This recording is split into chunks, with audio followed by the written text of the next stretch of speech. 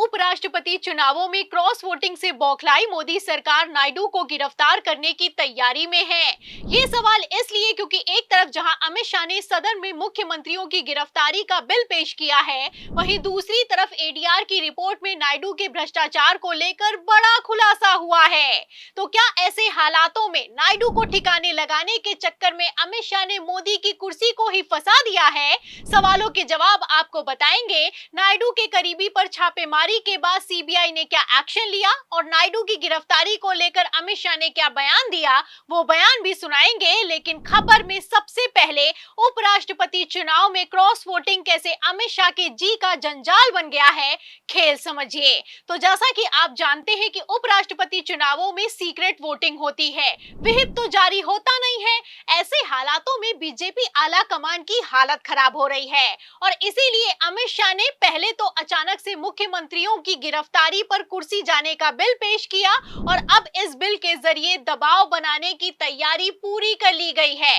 जाहिर है कि अमित शाह नायडू पर डायरेक्ट तो हाथ डाल नहीं सकते, इसीलिए नायडू के करीबियों को निशाना बनाया जा रहा है। तो कैसे नायडू वर्सेस शाह में उपराष्ट्रपति चुनावों में खेल पलट गया है, खबर भी मौजूद है। खबर आप देखिए हिंदुस्तान की। देखिए इस खबर में लिखा हुआ है कि अनिल अंबानी की बढ़ी मुश्किलें, सीबीआई ने दर्ज किया क्रिमिनल केस, कंपनियों के शेयर धड़ाम हो चुके हैं। तो आपको बता दें कि अनिल अंबानी नायडू के बेहद करीबी हैं। दोनों की दोस्ती में अडानी और पीएम मोदी की तरह पर्देदारी नहीं है। खुले तौर पर दोनों एक दूसरे से मिलते हैं, मंच साझा करते हैं, एक दूसरे के बेहद करीबी हैं। लेकिन फिर भी अनिल अंबानी पर सीबीआई ने छापेमारी की, चार्जशीट दाखिल हुई, एफआईआर दर्ज हुई और कभी भी गिरफ्तार करने की तैयारी पूरी कर ली गई। और ये कोई आज का केस नहीं है जिसके चलते ये खबर निकलकर सामने आ रही है, तत्काल एक्शन हो रहा है। आपको बता दें कि ये 9 से 10 साल पुराना केस है, जिसकी फाइल को गृह मंत्रालय ने पहले तो आगे बढ़ाया, फिर मात्र 24 घंटे में छापेमारी से लेकर एफआईआर तक की प्रक्रिया को पूरा कर लिया गया है। मतलब सिर्फ 24 घंटे में इतना बड़ा एक्शन हुआ है, इतना तगड़ा एक्शन हुआ है कि पूरा खेल पलट गया है। क्रोनोलॉजी समझिए। पहले अमित शाह ने सदन में बिल पेश किया और फिर नायडू के करीबी पर सख्त एक्शन लिया। जाहिर है कि शाह ने नायडू को इनडायरेक्ट अल्टीमेटम दिया है और इसके बाद भी अगर उपराष्ट्रपति चुनावों में थोड़ा भी ऊपर नीचे हुआ तो नायडू की गिरफ्तारी फिर से हो सकती है। क्या यही होने वाला है हर नॉन बीजेपी चीफ मिनिस्टर के साथ? तो आप मुझे एक बात का सवाल जवाब दीजिए, नॉन बीजेपी बीजेपी छोड़ दीजिए, दोनों के लिए समान कानून है।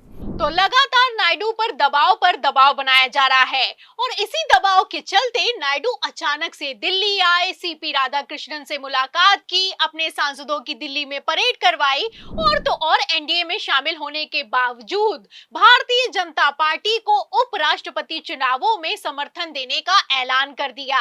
वैसे देखा जाए तो पहले भी शाह के इशारे पर नायडू को सीआईडी ने गिरफ्तार किया है।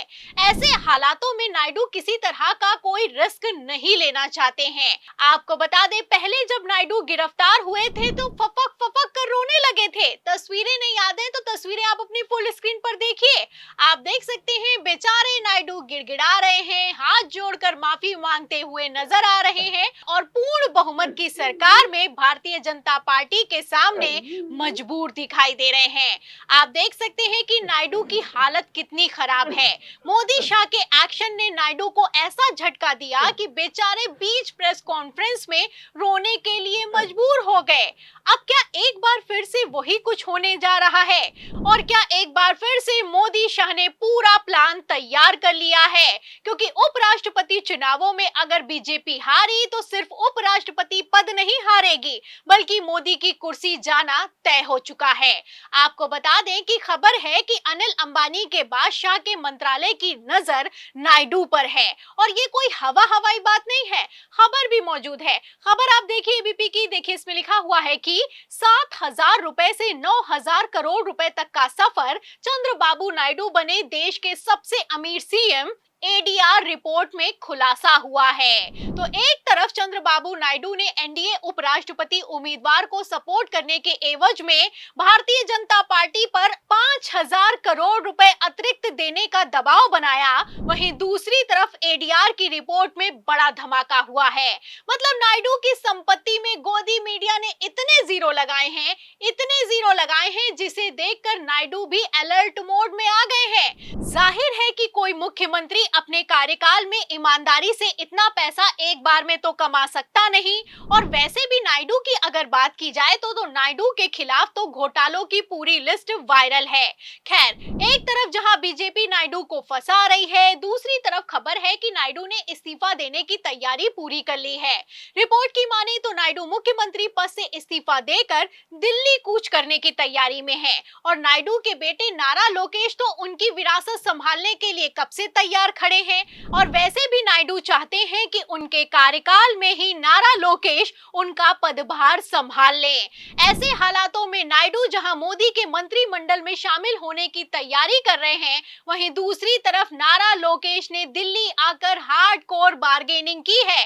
तस्वीरें निकलकर सामने आई हैं कि दिल्ली पहुंचे नायडू के बेटे नारा लोकेश ने गृह मंत्री अमित शाह, राजनाथ सिंह और तो और नितिन गडकरी से लेकर कई मुख्यमंत्रियों से लगातार मुलाकातों पर मुलाकात की है। सूत्रों की माने तो खेला हो चुका है। एक तरफ अमित शाह ने एक्शन लिया है, वहीं दूसरी तरफ तगड़ी बगावत की तैयारी पूरी कर ली गई है। कि मुझे उस पर कोई आश्चर्य नहीं है कि आंध्रा से तेलंगाना से सुदर्शन जी को वोट मिलेंगे।